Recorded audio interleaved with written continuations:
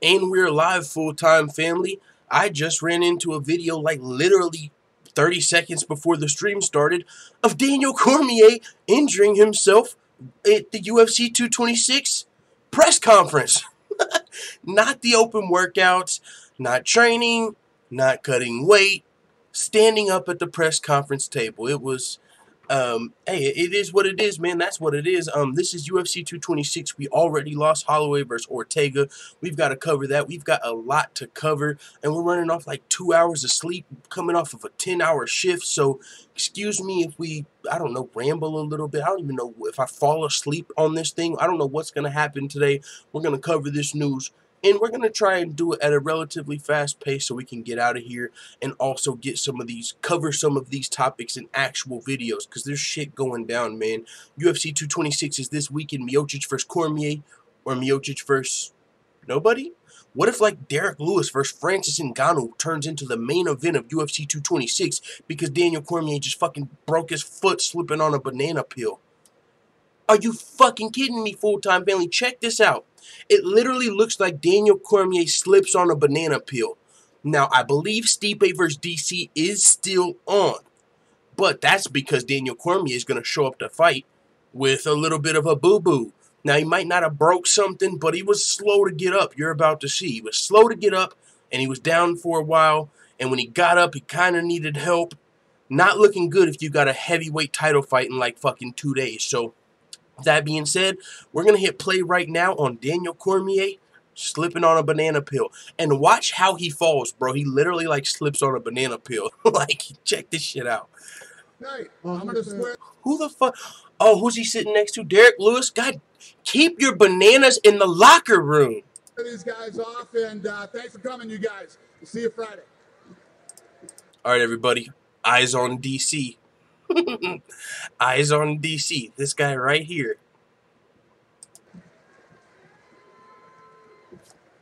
What the fuck, dog? That is so unfortunate. Are you kidding me? Look, he's so slow to get up. This is not a good sign, bro. Not if you're rooting for DC.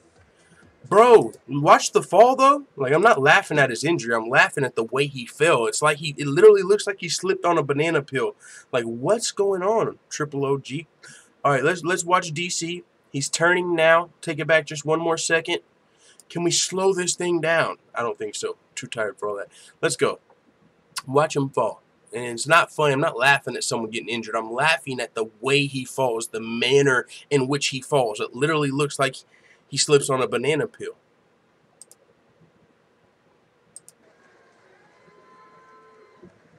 Whoop.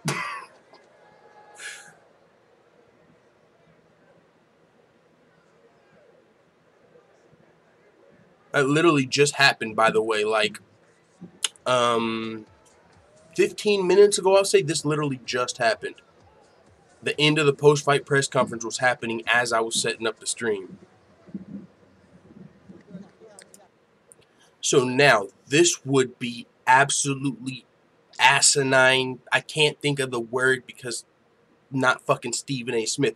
But if this fight gets canceled, bro, we will have lost UFC 226's main and co-main event.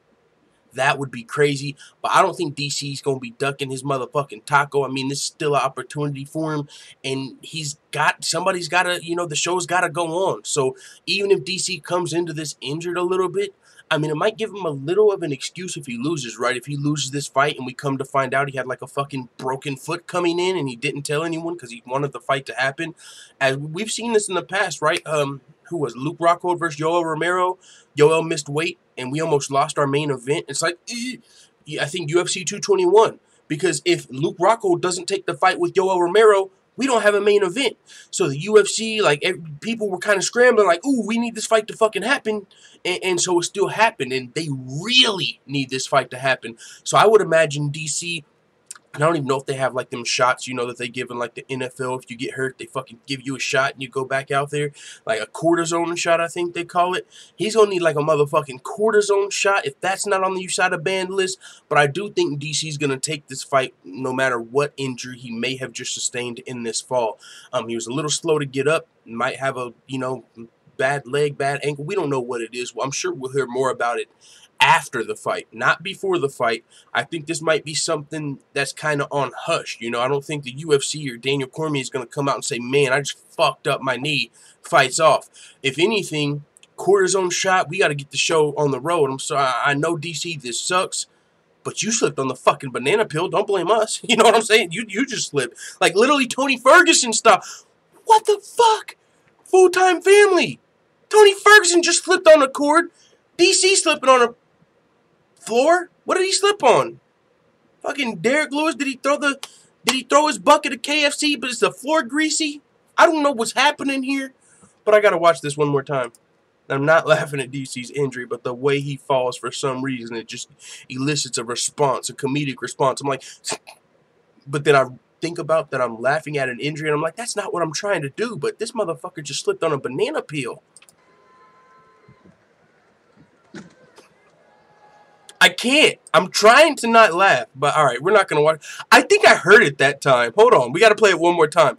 I think I heard DC thud on the ground.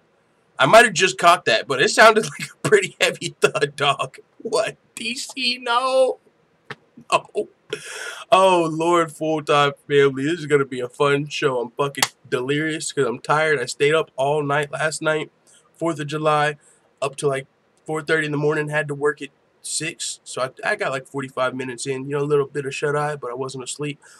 10-hour shift, back to full-time MMA live, and we got so much to unpack. We got to cover DC just now slipping and falling on a banana peel fucking 10 minutes ago, and then we got Brian Ortega possibly ducking his motherfucking taco. I'm not gonna lie, I'm not a guy that accuses fighters of ducking and boom, boom, boom, but this Brian Ortega situation is rubbing me just a little bit the wrong way because it wasn't, and I understood.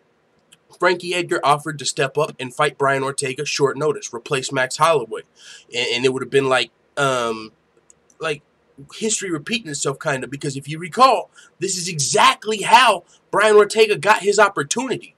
Fucking Max Holloway got injured the first time at UFC 222. He was supposed to be fighting Frankie Edgar. Max Holloway versus Frankie Edgar. Max is out, but Frankie says, you know what, I'm staying in. Brian Ortega, you're the #1 contender. Boom, you're getting yourself an opportunity because I'm saving the card. I'm Frankie Edgar. It is what it is. If I lose the fight, I risked it for the biscuit, and if I win, I'm getting my title shot right back. So it is what it is. I'm going to do this, do my thug thizzle in here, and if it is what it is. And that's how it played out. He actually lost the fight to Brian Ortega. Brian Ortega got the title shot, and now motherfucking it's literally flipping. The exact same scenario. Now it's Max Holloway versus Brian Ortega, and Max Holloway's out again. So now Brian Ortega's left, and Frankie's saying, hey, let me get my get back, dog. I just gave you an opportunity, and I could have waited on the title fight. I literally could have waited on the title fight, but I gave you an opportunity. Now, hey, you're in the exact same position to pay me back. Brian Ortega's camp, and he was like, I'm not giving up my title shot, dog. You know, and I kind of just knocked you out. And that's when it started to rub me the wrong way. I'm like, what? He literally just gave you this opportunity. What are you talking about? But I seen some people react and they're like, hey, why would he give Frankie Edgar the opportunity? He earned the title shot and he just knocked him out. And I'm like, you kind of got a point. He did just knock him out, and you know, it is kind of smart to wait for the title shot because you have the #1 contender spot. But Brian Ortega might lose this shit. We'll see what happens, and he might not. But this is where I really went full blast. Like, yo, what the fuck's going on here? Who's fighting Aldo? Jeremy Stephens. Jeremy Stephens offered to, okay, Frankie Edgar out of the picture. We got Jeremy Stephens. He's like, hey, I'll fight on short notice. Now, that's a motherfucking guy that's worthy of a title shot. You didn't just knock Jeremy Stephens out. Jeremy Stephens is on his way en route to a title shot, and the only reason he's probably not getting a title shot right now is because you knocked out Frankie Edgar. But if you would have lost to Frankie Edgar, Jeremy Stephens could have been fighting for the title right now. But now we got Jeremy Stephens and Frankie Edgar offering to save the fucking card, and Brian Ortega's like, I'm going to wait on the title shot. That's where I'm like, that's kind of fucked up. Because if Frankie Edgar would have waited on his title shot, you wouldn't even be here right now. So now you're not only going to give Frankie Edgar the opportunity to get his get back, now fucking Jeremy Stephens don't even get an interim title shot because you're waiting on Max Holloway. And I did hear some reports, I believe, that Brian Ortega was willing to stay on the card with an interim title fight, or for a title fight still. I don't know if it was interim or just for a title fight. Now, I don't see the UFC putting Max Holloway's belt on the line. Yeah, he's injured, but, you know, people are bringing up, and this is fucking kind of as stupid as people calling Robert Whittaker scared to me. Like, just get the fuck out of here, dog. I'm not going to go too hard on it. I'm just going to say I disagree. You think Robert Whittaker's scared of Kelvin Gastelum? Slap yourself. You're probably a casual fan. If you think fucking Max Holloway is scared of Brian Ortega, slap yourself. Why? It's not like Brian Ortega's just fucking running through everybody, Khabib and dudes. No, he actually gets kind of beat up in the first round or so. He didn't versus Frankie Edgar, but versus Cub Swanson. First round was for Cub Swanson. You know, he had the submission attempt. But if you go back before that to Renato Moicano or a lot of these other guys Brian Ortega fought, he was losing the fight until he got the finish. So it's not like fucking Max Holloway had a lot to be scared of. Yeah, of course you can lose your belt, but Max Holloway's risked it for the biscuit before he had the belt. We can go back to his Ricardo Lamas fight when he was still trying to earn a title shot on an 8-fight winning streak up 2 rounds, and he pointed at the center of the fucking ground and said, let's bang it out in the middle of the fucking octagon, and he could have just won his fight and won it to a decision, but Max Holloway decided to still bang it out and risk it for the biscuit, and he won. So Max Holloway's not a guy that ducks fades. He's not a guy that's even fucking trying to just fight smart to get a win, to get a title shot. He's an entertainer that just so happened to go on a fucking 11-fight winning streak and become the champion. So you're not going to run that Max Holloway's a pull-out merchant, ducking, none of that shit. Because, yeah, his ankle was injured versus Frankie Edgar, but you can't fucking add the Khabib fight to Max Holloway pulling out list. That's not another fight Max Holloway pulled out of because he fucking was injured. No. He took that fight on short notice with Khabib at a higher weight class. What the fuck are you talking about? Pulled out of the fight. He didn't have to say yes. The UFC called and said, yo, Max, we got an opportunity. Yes? No. He said, yes. I'm fucking on the way. Tries to cut weight and the commission stopped him. Man, why the fuck would Max Holloway get on the plane, fly all the way to Vegas or wherever the fuck UFC 223 was, and to pull out of the fight? Oh, hey guys, we got a short notice opportunity. Let's fly out there so we can fucking act like we were going to take the fight, and then we'll stop cutting weight so we can fly back home and not fight for the title. Because it's not like Max Holloway had shit to lose versus Khabib. If you lose the fight, you don't lose your belt. You lose a lightweight fight. You're not in that division. You get a payday. So Max Holloway, it's not like he was just fucking ducking Khabib at all. The UFC called him, and it was 1 week's notice, and then the commission stopped him from cutting weight. He didn't pull out, so you can't add that to the list of, oh, he's pulled out 3 times in a row, and it's because Max Holloway's fucking ducking his taco. I'm sorry, that's not flying to me, but I've seen that. A lot of people, Max Holloway's a pussy, Max Holloway's a pull-out merchant. You must be either a Brian Ortega fan, and you could even be a female. I know Brian Ortega's got a lot of the lady fans out there. Maybe you're just, you know, maybe you like the eyes too. I got to admit, it's hard to predict against Brian Ortega with those eyes. But you know what I'm saying? Maybe some of you guys are taking it a little farther than the eyes. I don't know. We're going to get off that topic. But either way, this is fucking crazy, bro. Like, people actually saying Max Holloway's scared and shit. And then on top of Brian Ortega, he's officially off the fight card. But now there's talks of like get this shit, bro. There's talks of an interim title fight with Jeremy Stephens and Frankie Edgar because they offered to step up. They're the 2 dudes like, hey, we'll fight. You guys need someone for a title fight? We're both right here saying, hey, Brian Ortega, we're both right here. What's up? You want to fucking fight one of us for that interim title fight? Nah, it is what it is, man. Me and Max, we gonna get it in at a later date. Yeah, now I wish Frankie Edgar would have fucking said that. I wanted to see Frankie Edgar versus Max Holloway, but Frankie Edgar, for us, for the fans, for himself, I mean, he was still going to get paid, but he risked his title shot versus Max Holloway to give you an opportunity. And now, you're not only not going to give him, UFC legend, former champion Frankie Edgar, you're not only not going to give him the opportunity he just gave you, you're not even going to give that opportunity to Jeremy Stephens, someone else that deserves it. So, I mean, it is what it is, but I feel like if you're going to say Max Holloway's ducking, I think you need to point the finger in the other direction. You know, and yeah, he's still taking the fight with Max Holloway, but that's because it's the title fight. If you get your miracle 3rd round submission, you're the champion. If you get a miracle 1st round knockout, you're the champion.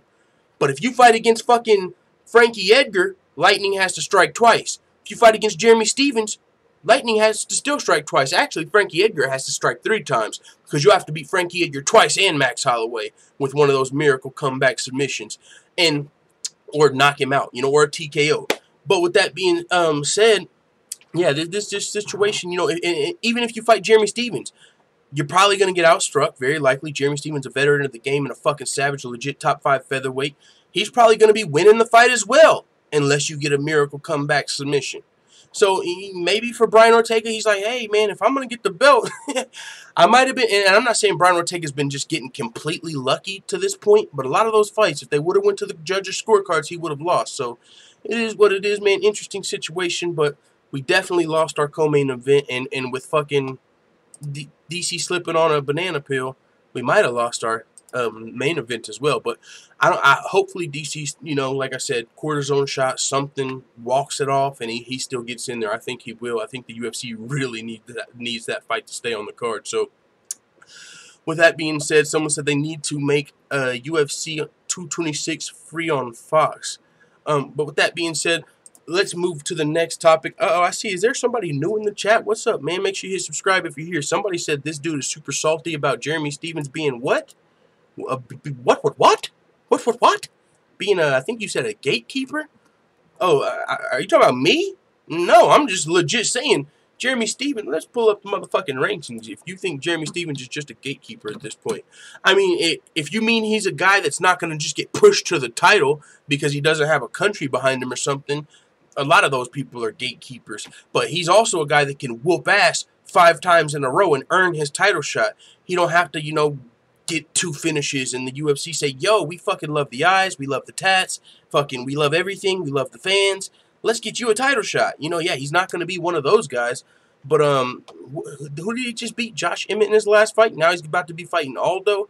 And if he fought Brian Ortega, what are you saying? If you're calling Jeremy Stephens a fucking gatekeeper, I mean, what are you calling Aldo, Ortega, or a lot of these guys who aren't necessarily world beaters? And I don't like throwing Ortega into it because he's undefeated. But to be fair, he hasn't been winning every round. Like they say Khabib's won like every round of every fight.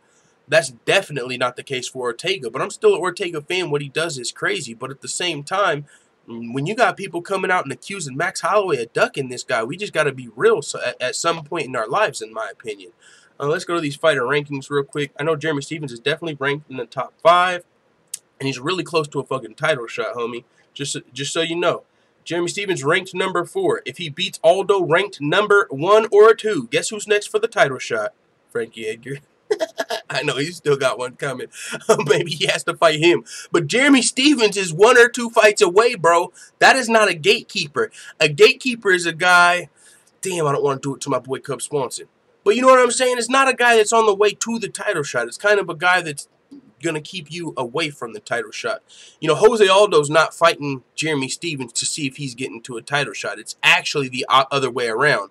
In this case, Jose Aldo is keeping the gate for Jeremy Stephens. Because if Jeremy Stephens beats Aldo, he passes the gate and he's closer to a title shot. So, maybe you're just not the biggest Jeremy Stephens fan, brother. But either way, man, we got a lot to talk about. And I'm not going to keep referring to why this show is going to be a little shorter. Because also, on top of the 10-hour work shift and the 1 hour of sleep we did today, PFL 3 is tonight. And I watched PFL 2. I want to keep up with the PFL tournament. We got fights on. I'm tired. Motherfucking, I'm trying to relax after work, but we got fucking news breaking by the minute because UFC 226 is this weekend. All I'm saying is it's a little hard out here for a pimp, but we're going to keep rocking. Let's move to the next topic. We've discussed this just a little bit, but just the actual article. After being offered UFC 226 interim title fights with Ortega and Edgar, Jeremy Stephens says he's always ready. So this is what Ariel Helwani tweeted. UFC called Jeremy Stephens last night with the Ortega interim title fight, per sources. He accepted right away. Once the fight didn't come to fruition, they called about Edgar interim title fight. He accepted that. In between both offers, he began cutting to 145. Alas, no fight.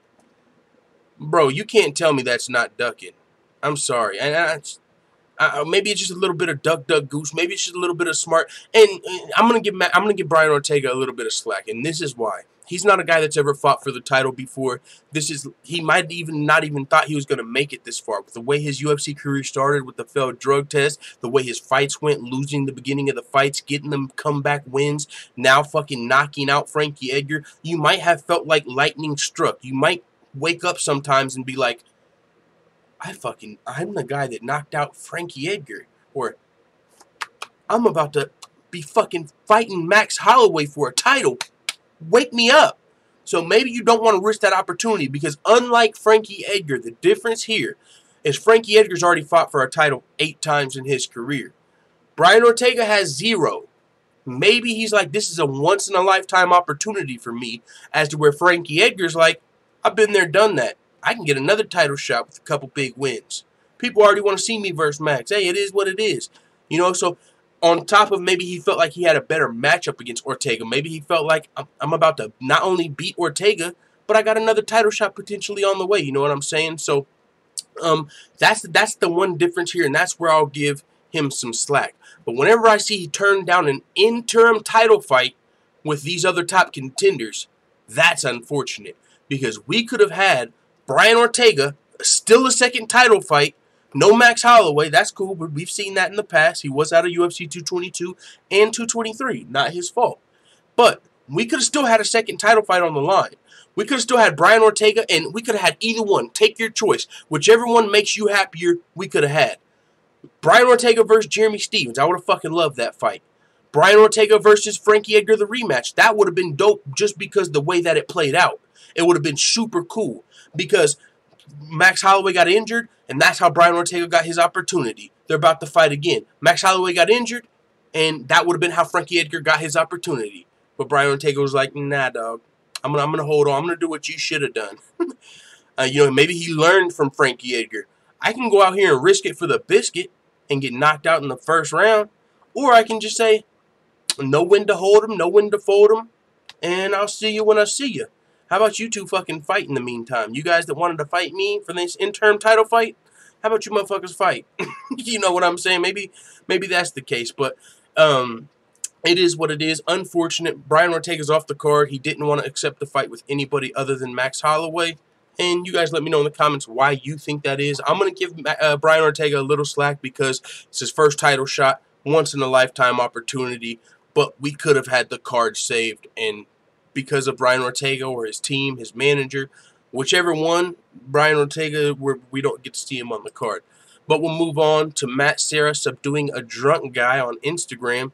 But first, we're going to play the first video that some of you might not have saw.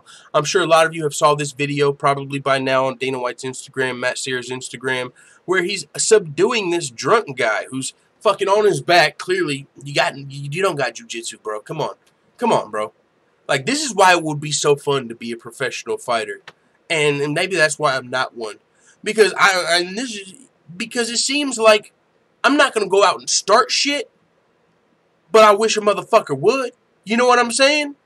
I wish I would be at a motherfucking Applebee's and you motherfucking pour your margarita my way, my girl's way, because you're drunk, stepping, and I say, hey, bro, chill the fuck out. Me and my girl are right here, bro. Like, that shit almost spilt on me.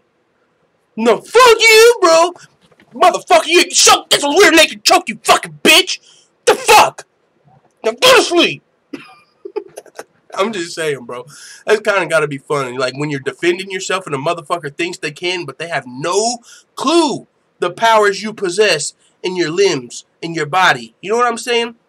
I seen fucking Darren Till throwing a spinning heel kick at one of those punching bag machines. I was like, that's fucking cold-blooded. To be able to throw a fucking spinning heel kick and know that joint, that'd be tight as fuck, bro. Hey, everybody, let's play this game, right? You know, the punching machine in the bar. Hey, I'm first. Yeah! No, actually, you're first, you know, because I'm throwing the kick. You guys go. You guys go. What'd you get? What was that? 436? What'd you get? 5... What was that, 525? Okay. Okay. Yeah! Motherfucker! Throw that spinning heel kick? Yeah, 600, motherfucker. Fuck with your boy. I'm just saying I won. That's all I'm saying. But let's play the first video of this situation first. This was, and this is where shit gets tricky. I mean, sure. What do you guys think about this? Let's say you're out with your girl. You're on a date, right? And your girl's drunk as fuck. She's passed out. Like some Weekend at Bernie's type shit. You might have to carry her. You can't wake her up. You splash some fucking water on her. Like, God, I told you to stop drinking at the fucking bar. Like, man, I hate when this shit happens. Let's go, let's go. And then you hear someone in the background. Look at these motherfuckers. Weekend at Bernie's over here. Look at these motherfuckers. She's asleep. Like, would you be pissed off? Like, hey, bro, what the fuck are you recording me and my wife's drunk? And you're already drunk a little too. Like, bro, you, like, why do you think you can record my fucking drunk wife? You think this shit's funny, but you don't know you're talking to Matt Serra, so you're just pissed off because you got to carry your fucking wife, and this chick's pretty big. And you probably need a fucking dolly. Where's Conor McGregor at? But you're trying to get your wife to the car, and you start hearing, look at these dead motherfuckers. You know, like Matt Serra, he's recording you, kind of like this. Wait, hold on. I think he's, oh, there you go. I think she's awake now. Okay. Let me just say, I think she's good now. Oh no, she's not. I don't know. It's like Weekend at Bernie's. It's like Weekend at Bernie's. Yo! Wait, hold on. So that was the first video. That's not the one that really went viral. Something after this happened, and it escalated the situation. I don't know if he turned around and said, Weekend at what, motherfucker? You know, I don't know if he actually got pissed off at Matt Serra for recording him, because he didn't seem like he was starting shit there with Matt Serra. He was like, seemed like he was trying to get his drunk ass wife up. Like, come on, man. That's why I don't take you nowhere, because you can't fucking control your liquor. Like, what are you doing? Look at these motherfuckers. You know, I'm just saying, like, that might piss you off, but that's a UFC fighter. So, I mean, if you don't know that, though, and you're like, yo, this is my fucking wife, dog, and you're drunk, you might even just touch Matt Serra. And now you're fucking wrapped up. He's got your shirt over your head like a fucking gi. You can't see. He's just fucking riding you like a fucking bull. Your wife's probably woke up by now. Oh, shit. Just a bad situation for this guy. Because after this situation, Matt Serra just trying to have a little bit of fun, probably eating a little bit of pizza, you know, probably got him a little bit of slice, and he just having a little fun. Who knows, you know? And this is what this event turned into. Somehow, we got from there to here. Calm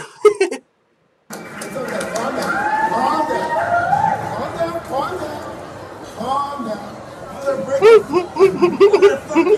It's okay. Oh yeah, that's right. Calm down. It's all right. It's okay. Dude, relax. It's okay. Calm down. Relax. You good, buddy? Yo. All right, I'm getting off you, buddy. Who's this guy? Calm down. That's the employee. Calm down. Calm down. He's like, yo, leave him alone, bro. You're going to go to jail. He's like, you want me to let you fucking control it? You sure? Pressing charges with this guy right now. Are you ready to control Right it? now. Or do you want to get some help? I'm pressing charges with this guy right now. I'm pressing charges. Dude, I'm a chairman. I'm a chairman right now. Sit down. I'm not attacking nobody. I'm pressing charges right now. I'm a chairman. Calm down. Calm down. She sounded like the people around in the beginning were clearing or were cheering, and he said, ask anybody around here what happened. So Matt Serra, you know, it definitely seemed, and he was just, it's not like he was beating his fucking face in or nothing like that, right? Like he could have. He was just restraining him. But it was kind of funny when the other manager came up. I think that was the manager, and he was like, oh, you think you can hold him? You want to hold him, motherfucker? Like, if Matt Serra would have got up right there, what the manager did, like, try to take his mount and control it. Like, you sure you don't want me to fucking handle this jackass, this drunk motherfucker? Ask these people what was happening. And now there's some details that have came out, and these aren't video details. We just kind of got to go with this, but it says, Serra launched into action when the customer tried to swing on him. According to his post, he repeatedly told the customer to calm down throughout the altercation and quickly handed him over to the proper authorities as soon as they arrived on the scene. The jiu-jitsu ace laughed off the civilian's threats as he controlled him. Despite the precarious position his counterpart was in, he still had the audacity to roar, "I'm gonna fuck you up," in the direction of Serra, who responded with a chuckle. So, yeah, Matt Serra got into a little bit of a pickle, and this is the night before he's actually inducted into the Hall of Fame. Matt Serra is going to be inducted into the Hall of Fame, I believe, tomorrow. But with that being said, you guys know who was one of the first to react to this situation, and I don't even know why Colby Covington took offense, but you got it right. Colby Covington, he started fucking flaming Matt Serra on Twitter. I don't know why, bro, but he just had some fucking legit. And I do know Matt Serra doesn't like Colby Covington, but I don't really know what prompted Colby here. It's not like he said, look, we got a fucking Colby Covington on the floor. This is what I would do to Colby. You know, it's not like he did no shit like that. Fucking slapped a pizza in his face and said, this is fucking Pizza Covington. You know, it's nothing like that. But either way, if you listen to the UFC Unfiltered podcast, Matt Serra is a guy. He doesn't really like what Colby Covington has to say. You know, he's like, fuck that guy. He's an asshole. You know, he's one of the people that's kind of, I don't want to say falling for the gimmick because, hey, maybe Colby Covington's serious. You know what I'm saying? But Matt Serra is not a big fan of Colby Covington. So Colby Covington, he must have saw Matt Serra at the fucking Applebee's or something. And he said, Serra, you need a rear view mirror with a telescope attached to see the days when you were slapping anybody. You're irrelevant. He says, you're just another short, fat, bald, obnoxious guy from Long Island with a failing business, big mouth, and little dick. More people have walked on the moon than listened to your podcast. You're Dana's Farnsworth Bentley. Go hold his umbrella. Your nickname is now the Mumbling Dumpling. So yeah, he just like fucking went in on Matt Serra. I'm not exactly sure why. But hey, it is what it is. Maybe you heard Matt Serra's latest episode of the podcast where he said, oh, you think you're gonna fucking slap Joe Rogan? I'm gonna fucking slap you, Colby. You know what I'm saying? Who knows what Matt Serra had to say. But Colby Covington took offense. We know that. And he's just firing off. But one thing he did say here, and I don't even know who the fuck Farnsworth Bentley is. Forgive me if I should. But he said, you're Dana's something. And this is what I would say is, we've talked about that recently with the Ali Quinta situation. Matt Serra is really good friends with Dana White. You know what I'm saying? So, and I kind of wonder, that's probably another topic for another day, if that plays into Ali Quinta not getting the Yair treatment. But also, hey, that's, you know, one of Dana White's good friends. And in this situation that he was just in the Applebee's or whatever, where all we have is a video of you on top of the guy. Now, luckily, there's witnesses and shit. But I'm just saying, like, this is a situation to where if this was the only video, if these were the only two videos that, like, you know, if the dude, I'm pressing charges, he's on his fucking back, I'm gonna whoop your ass. Like, you're on your fucking back, clearly helpless. I'm gonna whoop your ass. Like, how, bro? Like, when I let you up or now? What the fuck? This guy was a clown. But either way, the clowns, like I said, like we talk about with Nick Diaz and all these other people, Greg Hardy, whoever, there's no law that says you can just fuck up a drunk guy at Applebee's, right? So if this guy got a hold of these videos, like, I want to press charges. I don't know if this would necessarily be the best look, but I'm connecting this to the Dana White thing because he's one of Dana White's good friends, so I don't think Matt Serra has anything to worry about here. That's what I'm saying, you know, because if you recall, like, if you guys remember when Donald Cowboy Cerrone was, like, gonna sign up for like the MMAAA, that union, and Dana White was kind of pissed. Like, yeah, I was kind of surprised to see Cowboy up there too. This is a guy I fucking helped pay for some of his legal fees in the past. You know what I'm saying? Like, I helped keep him out of jail, and he's signing up with this union and shit. And I could just see Dana White kind of, I got you, Matt. Like, clearly the guy was a drunk asshole. He tries to press charges. Don't even trip, bro. We got you covered. So I don't think we got too much to worry about there. Just a little fun, funny incident from Matt Serra. I enjoyed it personally. But I did see some people join in and say, what? DC's injured? You guys want to watch DC fall on a banana peel? I do. And I got to reiterate, I'm not laughing at his injury. What I'm laughing at is the way DC falls, you guys. It is so bizarre. Like, watch when he stands up, bro. I really feel like there was a banana peel down there. I don't know what happened. I don't know if fucking Derek Lewis and Francis Ngannou got in a food fight, and that's not a racist joke. I'm half black. But just watch the way DC falls. Yo, someone in the comments said I was racist not too long ago. Sorry, guys. I'm not, though. But let's just watch Square these guys off, and thanks the way DC falls. If you haven't saw it yet, don't for coming, spoil you it. guys. See you Friday. This is the moment DC knew he fucked up.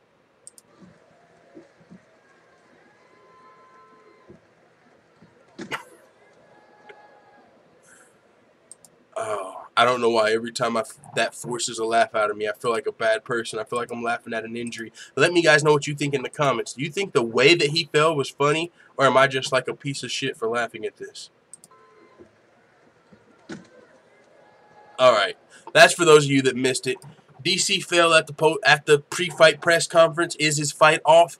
No, not that we know of yet, but that literally just broke his leg or whatever. This news just broke right before we went on stream, so we haven't had a lot of time to stay updated on that situation. But if we keep watching, which we will for those that are just tuning in, he's pretty slow to get up. So we're going to watch the fall and then watch how long it takes him to stand up.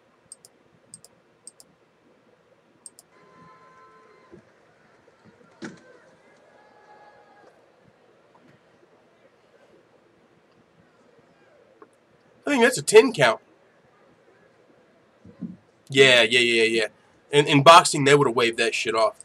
What is it in boxing? A 10 count, 12 count? Either way, you're out of there. Ding, ding, ding, ding. The fucking banana pill won that fight. If there was what if Dana White was 1 right over DC? 2, 3, and he like gave DC a 10 count. That would be fucking hilarious. But since we're touching back on Daniel Cormier, pause. Daniel Cormier is feeling a little disrespected by these betting odds. Well, if the people that make the betting odds were just watching your pre-fight press conference, you're probably going to get a little more disrespected. Because I would imagine the odds just went up for Stipe. Like, if I was a guy and I'm like, I'm not going to bet on Stipe. After I just watched that, fucking take my farm. No, I'm just kidding. I wouldn't bet the farm on Stipe. But I'm just saying, bro, like, he might be fighting a fucking one-legged DC for all we know now. Or one ankle. DC's not 100% after that fall. And that, like, he might have concussion-like symptoms. Like, and I'm not joking about what happened with Max Holloway. Like, we don't know what part of DC hit the fucking ground first right there. All we know is he was slow to get up. 10 count. So, this is not looking good for DC. And the odds were already kind of stacked against him. Actually, literally stacked against him. That's what he's complaining about. But he said the only way Stipe wins is to knock me out. Well, now he's got a new way. He could, like, target your injured knee. All right. I don't know what's injured. He said he's fought some tough guys. But Fabricio Verdun, I don't know what he's doing. He decided to run. He ran right into Stipe's fist. Stipe might have still won that fight. Alistair Overeem, I don't know what he was doing. He heard him and then he thought he tapped. The third match with Junior Dos Santos, I think Cain Velasquez may have turned Junior into a zombie. He's a walking zombie nowadays. I love the guy, but he is. And Francis Ngannou can't wrestle. Damn, DC, no respect for the heavyweight division. He just ran through everybody. Like Fabricio, fluke. Alistair, fluke. Like both of them, they almost fucked him up. Fabricio, he ran into his fist. Alistair, he thought he tapped. Junior, walking zombie. Ngannou, can't wrestle. But me, DC, fucking all the above. I'm not a zombie. I'm not gonna run into your like. He feels like the only way Stipe Miocic can beat him is a knockout, and I disagree. There's also a decision he can beat you. In order to be the champ, you have to beat the champ. So you can't just make it to a decision and expect to get your hand raised unless you do fucking dump him on his head. Like, who was it that DC fought? Alexander Gustafsson fucking picked him up and tipped him over like a fucking truck or some shit. He's going to have to do that to Stipe multiple times through a 5-round fight. That's going to be a lot tougher than you would think. And then if you do get him down, you're going to have to keep him there. The bigger guy than you're used to fighting. It's going to be just a little harder to keep Stipe down than maybe a Rumble Johnson, Alistair, or Alexander Gustafsson. A lot of these guys, yeah, you know, Stipe Miocic, some people feel like isn't as skilled of a wrestler as DC, but that size does mean something here. And so for DC to say the only way that Stipe can win is to knock him out, I disagree. Now, I don't think Stipe is going to submit Daniel Cormier in this fight. I don't think that's going to be the case because he wasn't able to submit Francis Ngannou. You know what I'm saying? So, I mean, but still anything is possible. But I just don't think that Stipe is going to win this fight with a submission. So DC kind of has a point to where, yeah, he can win this fight by knockout, but I also think Stipe could win a decision here for sure. And he very well could knock you out on top of that. Like, it's not like that's too far-fetched. It's not like Stipe has to get lucky to knock you out, right? We've seen you knocked out in your, like, what was it, like last fight? Or, you know what I'm saying? So that's a very realistic possibility here. But DC, you could imagine one of the GOATs, you know, a guy that only lost to John Jones. He's not used to really being that big of an underdog for sure. I mean, he's probably only been an underdog when he fought either a heavyweight or John Jones. And he's back at heavyweight fighting the champ. So with that being said, Stipe Miocic did respond to this actually. He's just brushing it off. And it's actually in video form, which I didn't clearly see before I started this, or I wouldn't have pulled this response up. Because I don't know if we're going to watch this whole... Yeah, I don't care. I mean, Good for him, you know, he's a big guy, he's a tough guy, so whatever.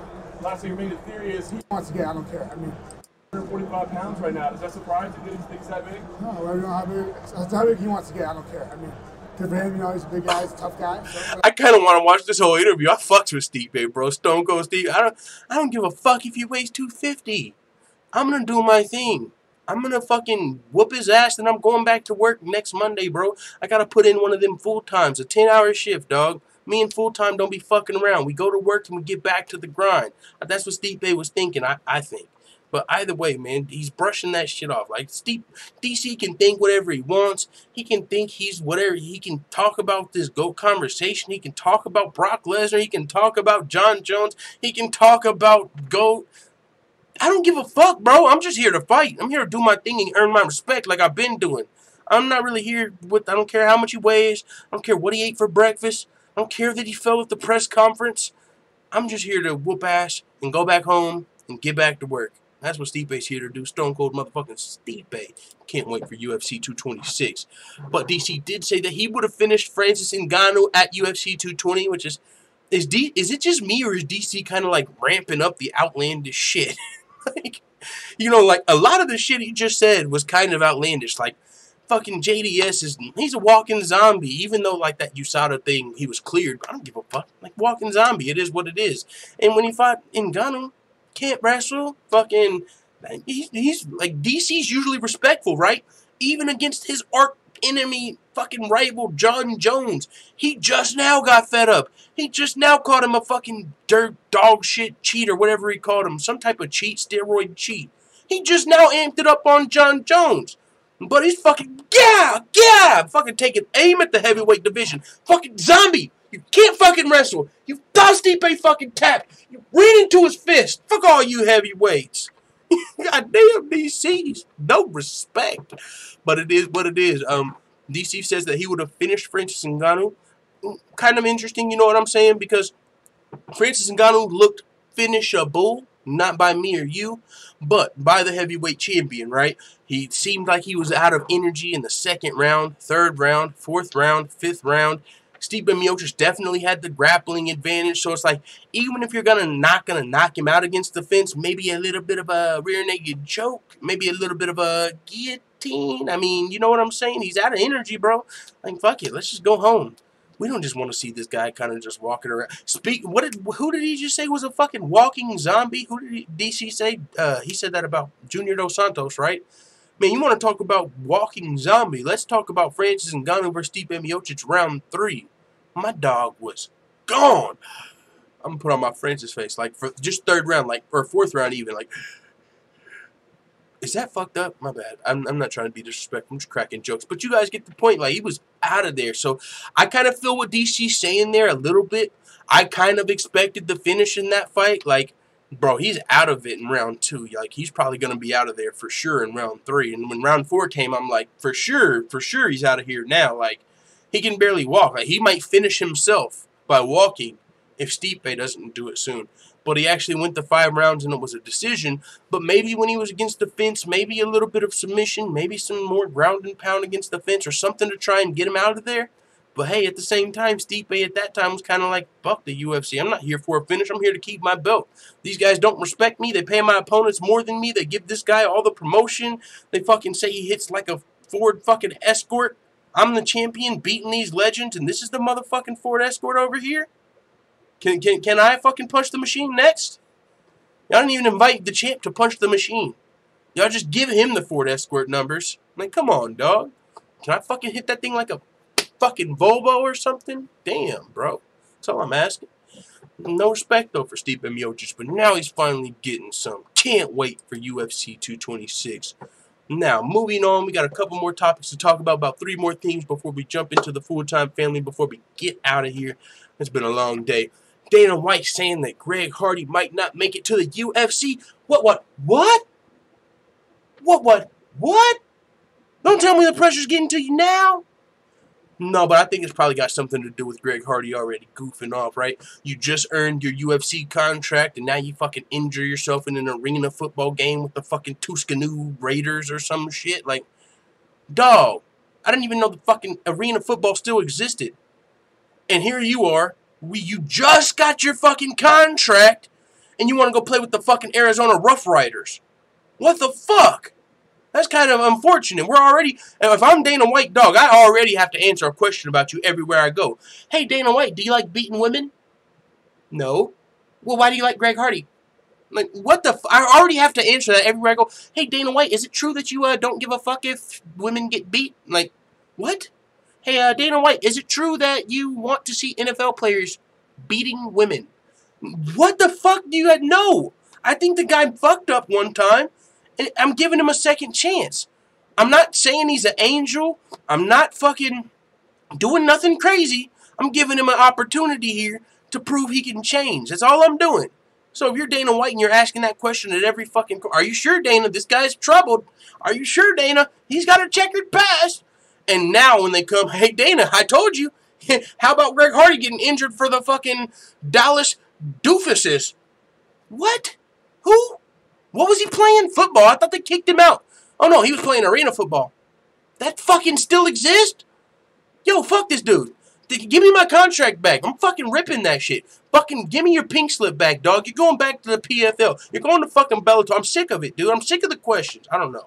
I'm just saying. But this is what Dana White had to say. He said, we didn't give him a spot in the UFC. He's not in the UFC. I have a show called Dana White's Tuesday Night Contender Series. He fought in that show, which we do every Tuesday night, except for last Tuesday. I was actually looking forward to that. Either way, he fought, he won, and now he's coming back for another Contender Series. He's not in the UFC. Right now, he's in a developmental program, being developed. Other guys are in this program too. He may or may not make it into the UFC. I just learned something new. But this is coming from Dana White. I'm not going to fucking rack my brain over it. He might change his mind next week. We might see fucking Derek Lewis versus Greg Hardy at UFC 228. I'm just saying, but that's interesting because if you watched that episode, if you know about Dana White's Tuesday Night Contender Series, he announces who gets the contract. He doesn't announce who stays in the fucking Dana White. If you don't get the contract, you stay in Dana White's Tuesday Night Contender Series. Like, you didn't get the contract tonight, but we're going to give you another shot next Tuesday. No, my nigga got the contract, bro. He didn't fucking get a, we're going to give Greg Hardy another shot next Tuesday. He didn't get that. That should be a line. That should definitely be one of Dana White's lines. Like, they never brought anyone back that quick, but they should. Like, there should be a spot open next Tuesday just so Dana White can say that. Like, he didn't earn the contract tonight, but we're going to give him another shot next Tuesday. That would be a dope-ass line every time. Like, yo, we were very impressed by his performance tonight, but he didn't earn the contract, so we're going to give him another shot next Tuesday. Back to you, Laura. You know what I'm saying? But no, Greg Hardy actually won the contract. He actually got his name called, 58-second first-round knockout. You're in the UFC. But now he's talking to ESPN. Maybe that's where Dana White was tapped in, dancing just a little bit. I'm not sure. I'm just speculating as a fan here. But you are talking to ESPN. They might have the hardball questions, especially, you know, considering they've been covering the NFL. They probably know more about Greg Hardy's case than all of us because they covered it so much when he was in the NFL. And so now they might have hit him with the question like, so Dana White, is it true that you signed the fucking woman beater after one fight? Back to you. No. Don't say that shit like that. Actually, we didn't sign him, bro. He's not in the UFC. He fought on Dana White's Tuesday Night Contender Series, and you guys probably don't even know what that is. But he'll be back on that show. It's a little different. You know what I'm saying? So Dana White is saying he's also assuring that he understands the criticisms against Greg Hardy. He says, no matter what this guy does for the rest of his life, he can save children every weekend for the next 20 years, and this is what's going to come up. This is what people are going to talk about, and believe me, I get it, and he gets it too. This guy paid his penalties. He hit rock bottom, quit drugs, quit alcohol, built himself back up in a different profession, and is trying to get another shot at life. It's not like this stuff happened on a regular basis. It happened once. He hit rock bottom. He's trying to come back. Yo, that's what I'm saying. I don't fucking know Greg Hardy from this fucking empty bottle of water. Actually, I know this empty bottle of water more. We've had intimate moments. I've literally drank out of it. I've never drank out of Greg Hardy. I don't fucking know Greg Hardy from a can of paint, dog. Like, I don't give... If he's beating women, fuck the guy. If he hits another woman while he's in the UFC, fucking cut him. Don't give him an opportunity. I don't give a fuck how exciting he is as a fighter. I don't give a fuck what happens. Fuck the guy if he's just out here beating women. If that's his fucking character, he goes out on the fucking weekends to the club not looking for a chick to take home but for a chick to punch. If that's what he does, fuck the guy. But if he only fucked up one time and he quit drugs and he quit alcohol and he fucking moved to a new profession because he got kicked out of his first one and he's trying to reset his life and be a better person, what the fuck more can you ask for? Seriously. If it happens again, I get it. But until then, why the fuck is this guy a woman beater? That's kind of baffling to me. Like, even when Dana White's saying like he hit rock but quit drugs, quit alcohol, if that's not true, that's one thing. If Dana White's just lying about that, but I don't think that's the case. If you listen to actually Greg Hardy talk about it, he's revealed that himself. You know, and like Dana White says, he gets it as well. He knows every time we talk, we're gonna have to talk about this shit. And I don't know what it is with Greg Hardy and why that is, but I personally think it's a little bit bullshit because, to my knowledge, and correct me if I'm wrong, it's only one incident with Greg Hardy, and yeah, he might not have went to jail or whatnot because the witness didn't show up and stuff, but regardless, he did get shaken up enough, it seems like, to want to change his life. Not only did he almost go to jail or lose his freedom for that, but he also lost his fucking NFL gig, right? And he got a second opportunity with the Dallas Cowboys, if I'm not mistaken. I was sort of a casual fan back at the time, and he was a little riled up on the sidelines, but he wasn't fucking beating women over there. You know, it was kind of like he was already on his second strike. So they're like, you know what? We're not going to fucking deal with this. See ya. And Dana White's like, okay, so this guy, he transitioned to MMA. It's not like Dana White picked him up from 0-0 and said, hey, that woman beater over there, we're going to bring him into our developmental league and we're going to see what we can do with him. No, he fought fucking 3 amateur fights by himself, knocked everyone out in the first round. Then the UFC was like, hey, we got this show where we're giving people opportunities to show what they can do. We got fucking Antonina Shevchenko coming up. We got Nick Newell coming up. Greg Hardy coming up. None of these people are guaranteed contracts. They have to come earn them. It's not like the UFC is like, yo, come over here. Get your woman beaten, taken care of. You know, get that shit under control. Only do that shit on Thursdays. And we got you. No, he's got to fucking change. He's got to show signs of change for people to accept him and embrace him in this sport. So unless you know about another chick that he's beat up on, can we not fucking just demonize this guy? You know, unless maybe you're one of those people, and there are some of those people. No, you fucking touch one woman, I know that you just have an urge inside you to beat all of them. Maybe if you think that's what maybe like whenever you think Greg Hardy's in there fucking training MMA with other trained heavyweight killers, then he's like picturing a woman's face on him. I just don't think that's happening. You know what I'm saying? So I like what Dana White had to say here about Greg Hardy. And the second part, the part that he quit drugs, the part that he quit alcohol, the part that he got back in a different profession to get his life back in order. I like that part, the story of redemption. I don't necessarily know about the part that he's not in the UFC yet. I actually like that because I'm like, I don't think he's ready for the UFC with just one pro fight. But when you earn the contract, you kind of earn the contract. You know what I'm saying? So we'll see what happens. But Dana White's just letting motherfuckers know, like, easy, easy. And now we're going to get into a fun topic, full-time family. Are you guys ready for Man Kinsey Dern? Man Kinsey Dern? The Ultimate Fighter 27 finale, Brad Katona, says he's not faking his seamlessly Irish accent. And I believe we have this spot time-stamped if you guys want to hear a little bit.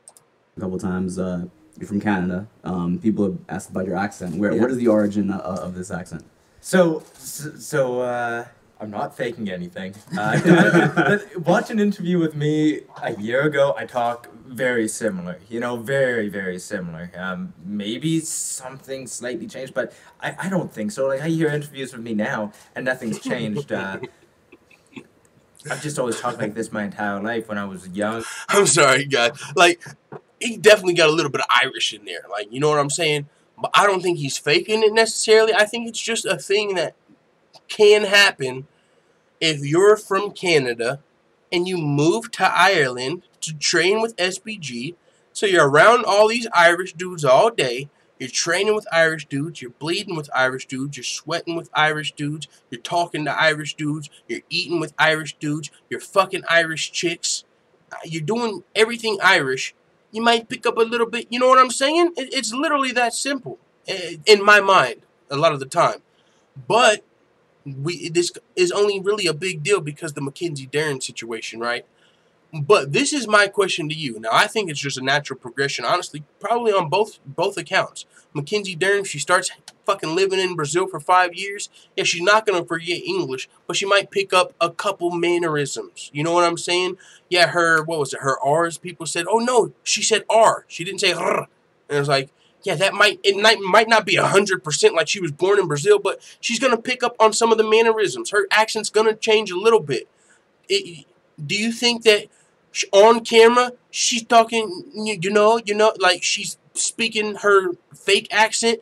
And then this is my question. Do you think she gets off camera and she's like, oh my God, guys, like this was such a hard interview. I almost missed that word. Like, I think I said my R wrong. Did I say my R wrong? You guys tell me, because if I said my R wrong, I'm going to be pissed. Do you think that's how Mackenzie Dern talks in the back? No, she's not faking the shit. It's just how she fucking talks. Brad Katona, I don't think he's coming out here like, Mackenzie Dern's going viral with a fake accent, like a fucking evil mastermind genius. Mackenzie Dern's got a fake accent and everybody's paying attention. Maybe I should fake one as well. I don't think Brad Katona's doing that, but for some reason people are fucking looking at people's accents and they're like, you're fake! You're fucking fake! Fake news. No, I'm just saying, let me know what you guys think about that in the comments. I got one more topic to cover. We're going to look at this PFL card before we touch on the full-time family. Pause. I'm just going to see what you guys are talking about in the chat before we get out of here. Thank you guys for rocking with your boy. But first, let's cover this PFL card that's coming on probably in like an hour from now. Actually, it's live right now. We've got results. It's live right now. The main card comes on in an hour. But PFL 3 is on right now. We've got some names you definitely recognize. Jake Shields on the card, fighting against Ray Cooper. We got Khabib Nurmagomedov's brother or cousin. I seen Khabib gave this guy a shout out on his Instagram when I was checking for his hinting at Conor McGregor fight, and he was like shout out to Dedegab, what's his name, Abu Bakar Nurmagomedov, like you got a fight coming up. So this is one of Khabib's relatives, you know what I'm saying? So Khabib's definitely going to be watching this card. You want to be Khabib, you might want to tune in too. You want to feel like Khabib. We also got Rick Story on the card. We got John Howard on the card. You might recognize that name. Eddie Gordon on the main card. I recognize a name in all 5 of these fights. Now, I don't necessarily know this Nurmagomedov, but I know a Nurmagomedov. And it's pretty much the same deal. You know, I'm expecting him to come in here and smash like chicken. But we'll see what happens. But that's the main card for PFL 3. You've also got this undercard if you're interested in that. Paul Bradley. Don't really recognize a lot of those. And then Bojan Veličević, he already fought too. You got Bojan opening up your card? Yo, I didn't even expect him to be down here. That's kind of dope. Bojan Veličević defeated by second round TKO. That's interesting. All right, so with that being said, full-time family, we're gonna watch Daniel Cormier slip on a banana peel one more time, and then we're gonna check out the chat. Oh yeah, I want to hear the thud, bro. That's what I wanted to hear earlier. Let's listen for the thud.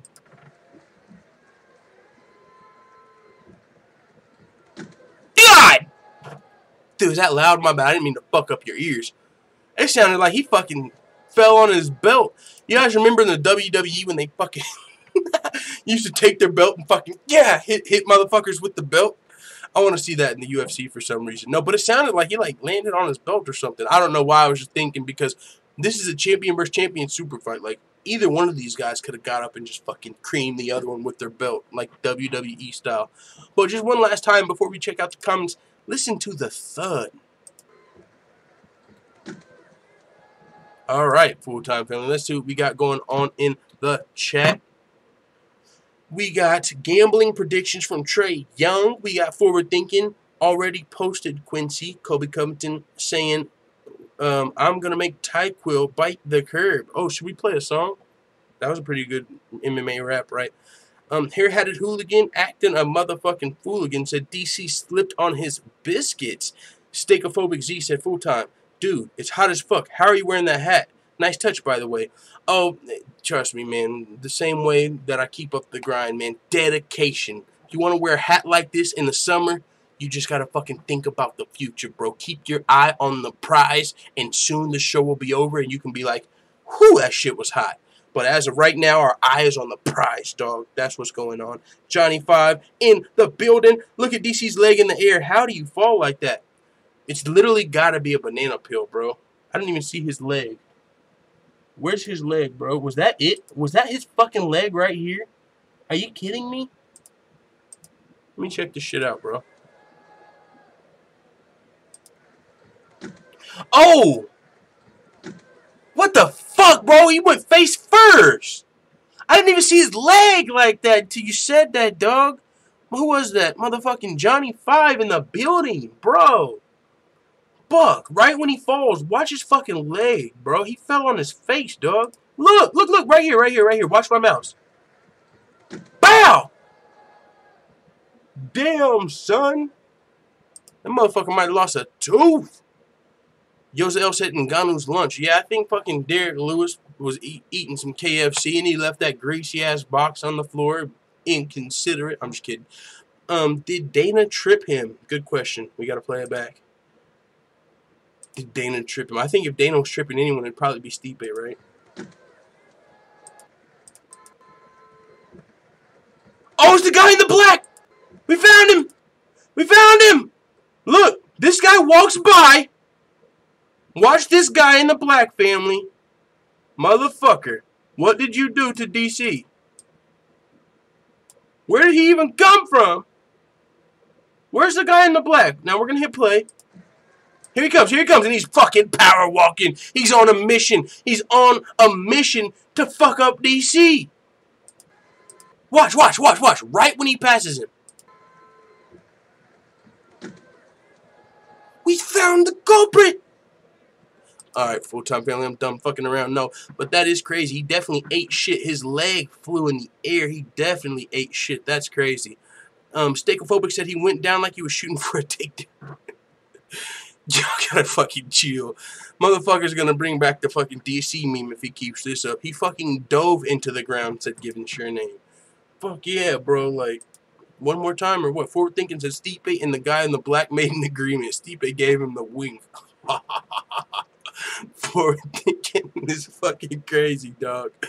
Oh my lord. With that being said, man, Ivan Hernandez said, "Get that guy." That's what I'm saying, bro. One more time. Will somebody get the name of this guy in the black? Look. Look. He's even angled a different way. He was just power walking by, and now here he is all turned toward DC and shit. That might be a different guy. You get the point, though. What the fuck? Ain't shit. Alright, full-time family. It is July 5th, the day after July 4th. We made it to the end of the show. We'll be back tomorrow, though.